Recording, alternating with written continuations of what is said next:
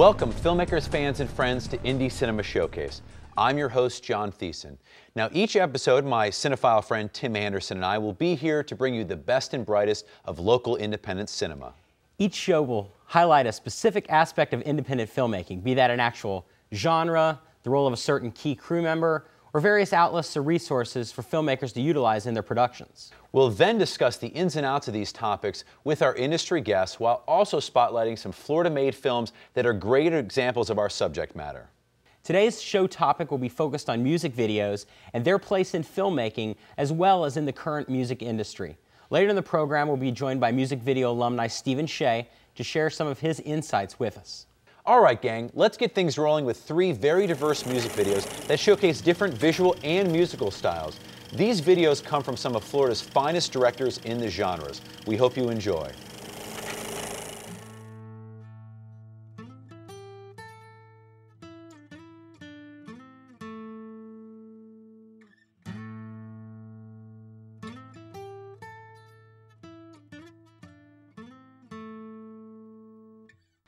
I don't really need a life like this. I need a life that's better and free, where I can lay by the pool all day, then go inside with you and watch TV.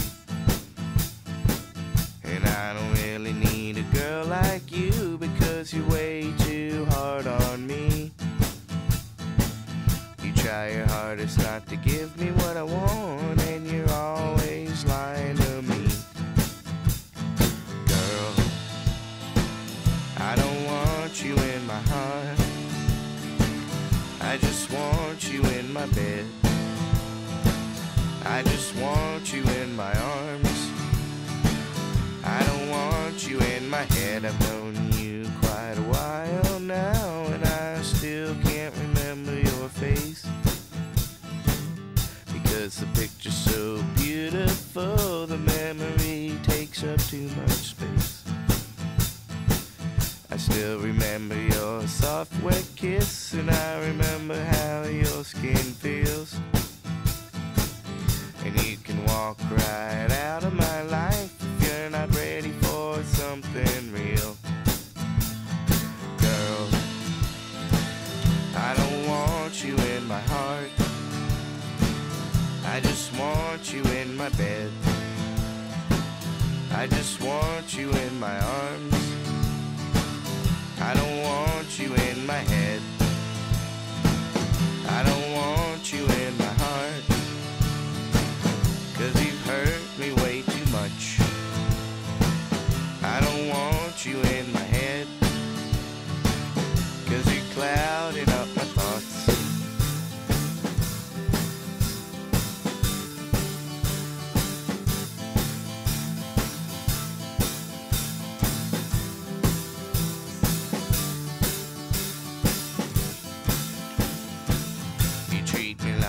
I'm some kind of fucking dog, well I'm your perfect match since you're a bitch. You could've had me then, but instead you go and blow some guy with a boat because he's rich. Well, you can both go and drown in the Gulf if that's how you wanna treat my life, 'cause I can't think about you walking around and not wanting to be my wife. Girl, I don't want you in my heart, I just want you in my bed. I just want you in my arms,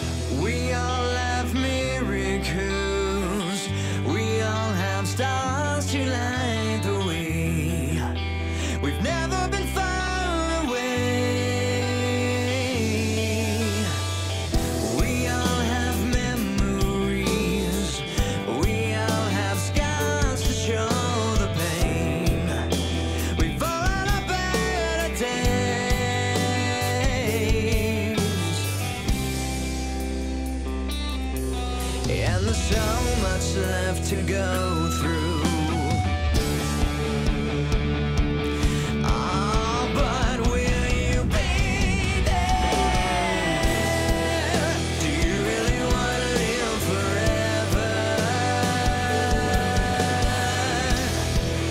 Do you really want to live somebody else's life? Here in the spotlight, we're afraid that we might find out that everything fades away. We've all been there before. I know it's hard to walk away. I know what it means to stay. And we all need room to grow. We all have secrets to the grave. We've never been far away.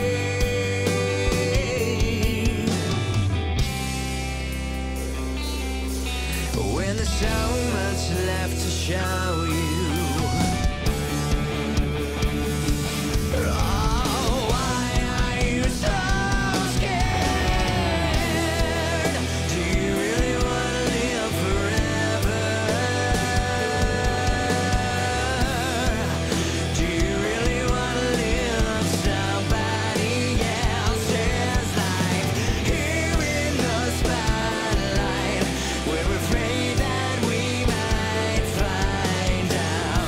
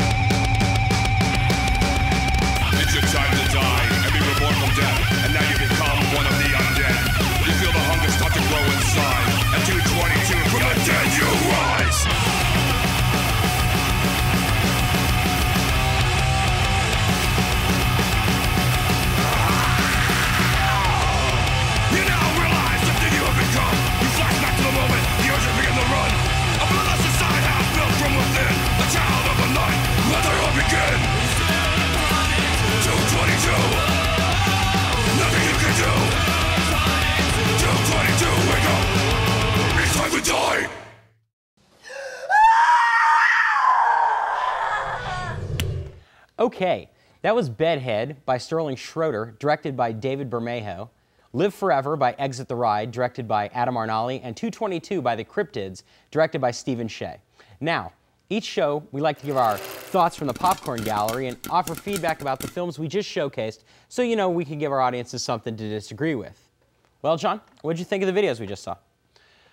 Well, Tim, you know, I really like those videos, and mainly because, regardless if our audiences didn't particularly like the musical stylings of what they just saw, the videos all seem to very well complement the music that was playing, and I think that's very hard to do. I think, John, you touched on something there, and you and I both have a long and storied history with the Florida Music Festival, and specifically the Indie Film Jam segment of it.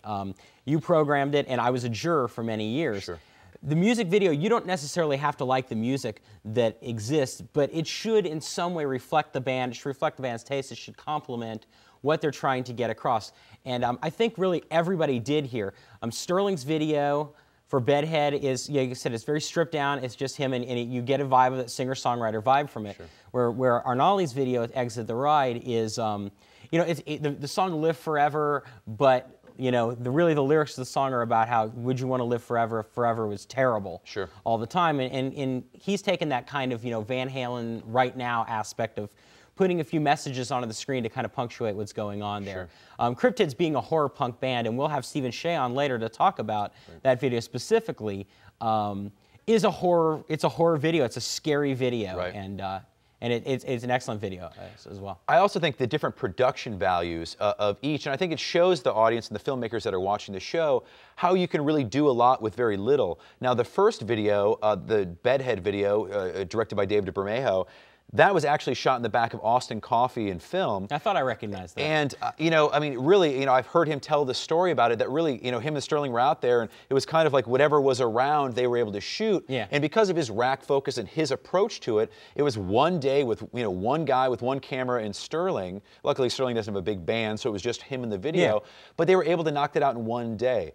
And conversely, now, Adam Arnali with the Exit the Ride, a lot of the footage you saw there was live video footage that he shot during their performance at the Florida Music Festival. Yes. So, 80% of the visuals that you're seeing are from that live performance, and then he went and got some cutaways, and he obviously added a lot of his own through his editing prowess to edit in a lot of random screenshots and images to take you there. So once again, it shows that you can shoot both those videos with very little input, very little buy-in and production value, and really come out with a great video. While then when you get to Cryptids, obviously the production value is much higher. There was a little bit more set and a little bit more pre-production at hand. So I think it really gives our audiences, once again, shows you what you can do with the medium of music videos. I couldn't agree more. To see more work from these three great directors, David Bermejo, Adam Arnali, and Steven Shea, visit their individual websites. When we come back from the break, we'll be talking with music video heavy hitter and owner of Abysmal Entertainment, Steven Shea. Stick around.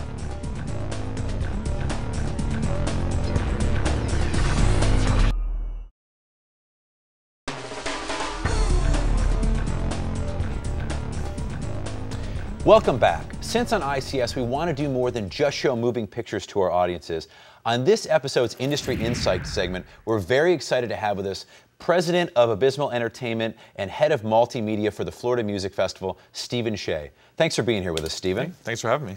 Well, first off, Steven, how did you get your start in filmmaking and music videos? I basically started out doing live television when I was 16, working for a local cable access station in the Keys where I grew up.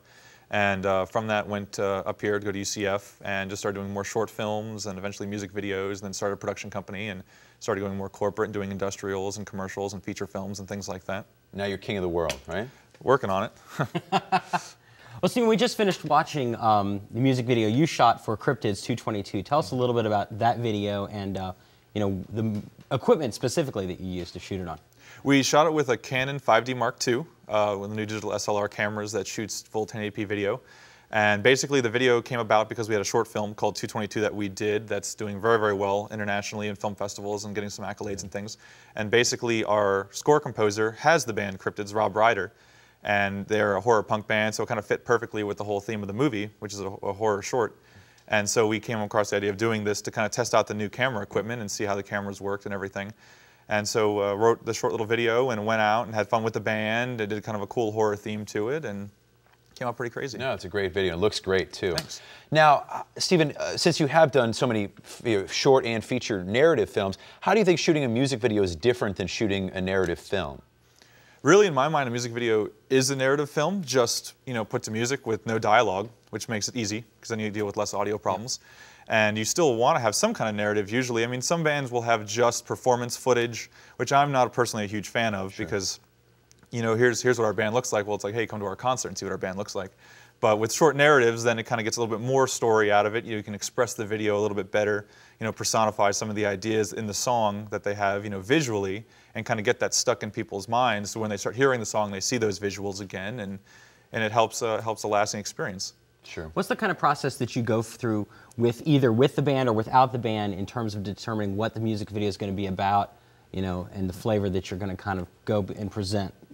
We've definitely had different experiences with that. On some videos, we'll meet with the band. The band will have an idea first where they're like, we really want to do this video. We want it to be like this. And we'll be like, okay, we can make that happen. But then again, we have other ones where they're like, we want to do a music video, and I'll listen to the song, and the band will listen to the song, and then we'll merge all of our ideas together and kind of come across a general timeline as far as what the story should lay out, whether the story follows exactly the way the song is, or whether the story should be something a little bit more creative, based on that.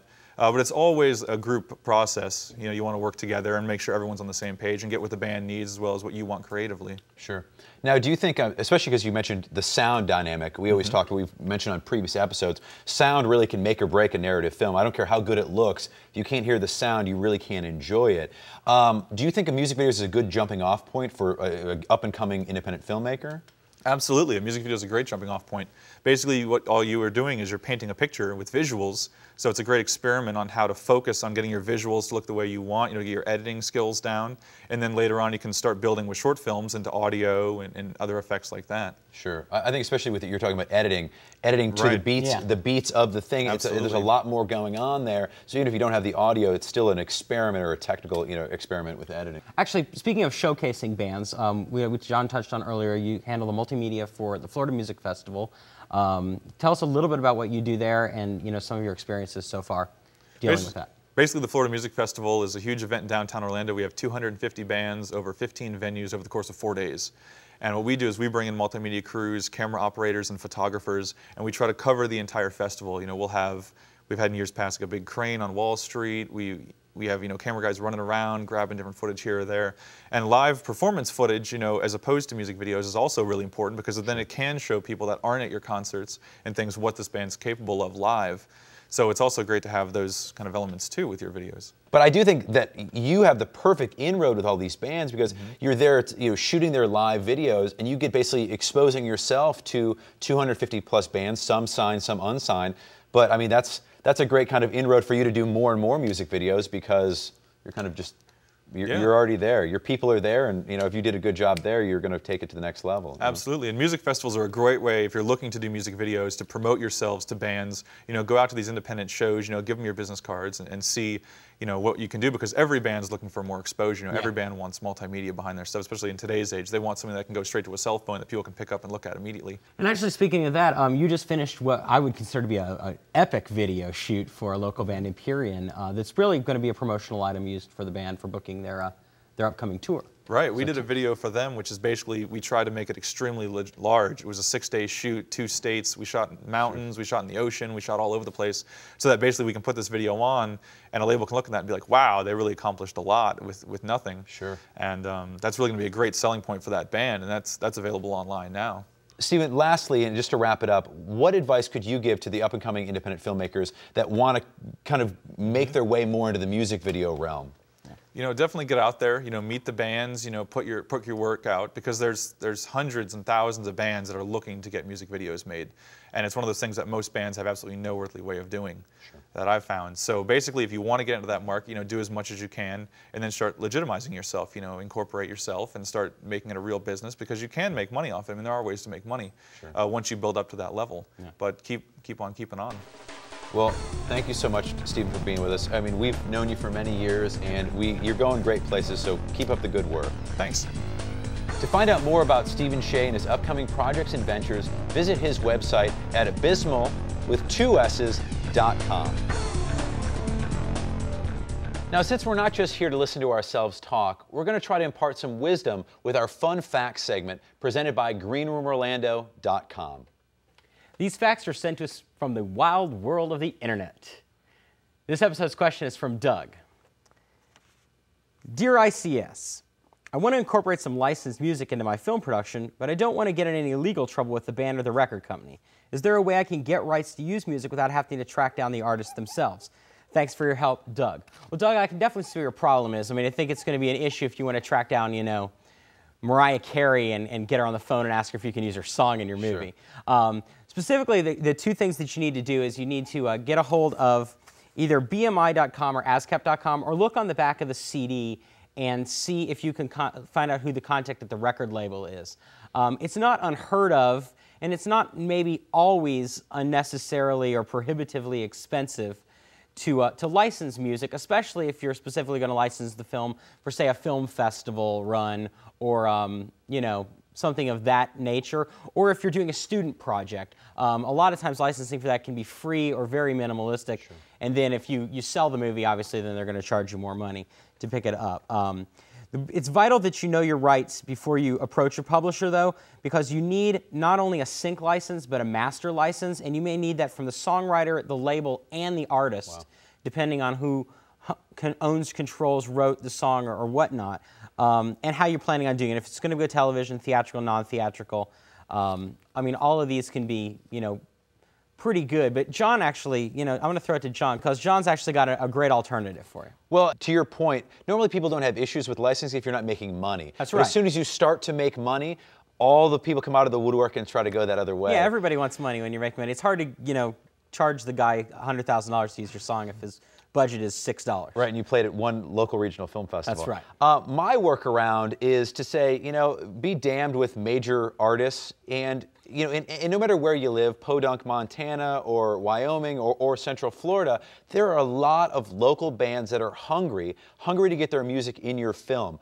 I mean, heck, anybody that's on MySpace or Facebook, you see all the people out there with their music, and they're just basically giving it out to the masses because they want that exposure. So it's a lot easier. You can probably find a band locally that either will write a song for your video, which is obviously a great thing to have. That's much what happened with 222, the video that we showed earlier today. It was complimenting Steven Shea's short film.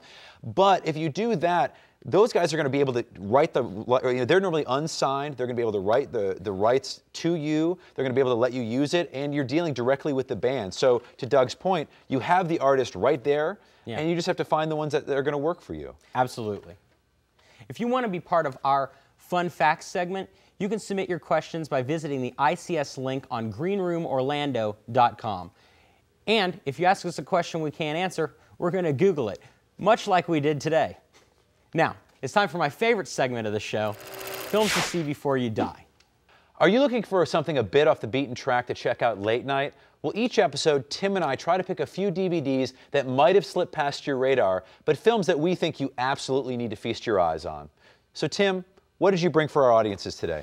Well, you know what, John, you kind of gave me an assignment this week that was sort of really difficult for me, because picking a music video collection and just, you know, saying, oh, well, these are the videos of Guns N' Roses, or these are the videos of Aerosmith, or these are the videos of whoever, is kind of hard to do. And there's not a lot of filmmakers out there. I mean, there are specific ones like, you know, Spike Jonze or David Fincher or Samuel Bayer, who directed the Nirvana video, and, you know, people who have gone on and they have a signature style. So what I try to do is kind of put myself in the mind of, you know, I could either grab a live concert DVD, I grab some collection of videos. So what I try to do is I actually went to a live concert DVD, but I try to keep it in more of a cinematic tone, since we're the Indie Cinema Showcase. And I think you did the same thing. So my choice actually was the Maisel Brothers documentary, Gimme Shelter, on the Rolling Stones' 1969 concert at the Altamont Speedway. Amazing.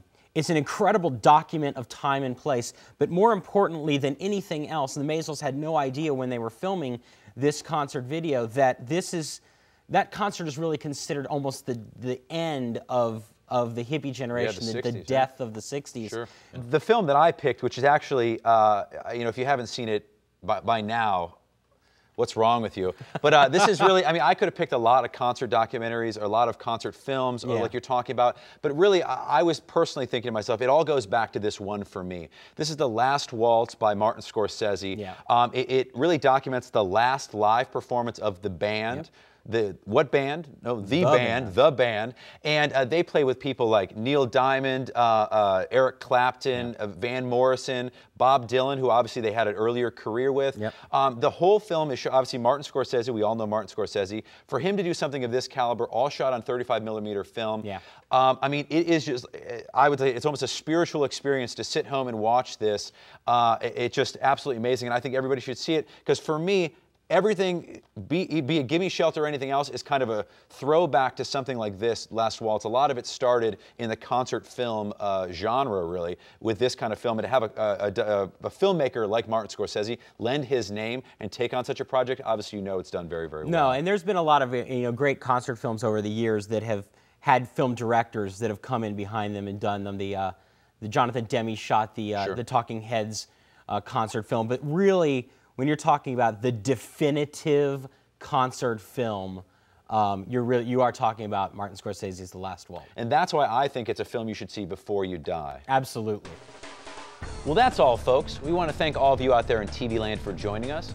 We also want to thank Steven Shea for dropping by and sharing his insights with us, as well, as always, as our segment sponsors. We hope you learned something new, saw something you loved, got inspired to get off your couch, call a band, go make a music video of your own. Maybe it'll even be good enough for us to show on the next Indie Cinema Showcase. But until then, we say to all you current and upcoming filmmakers, peace, love, and positive reviews. Until next time.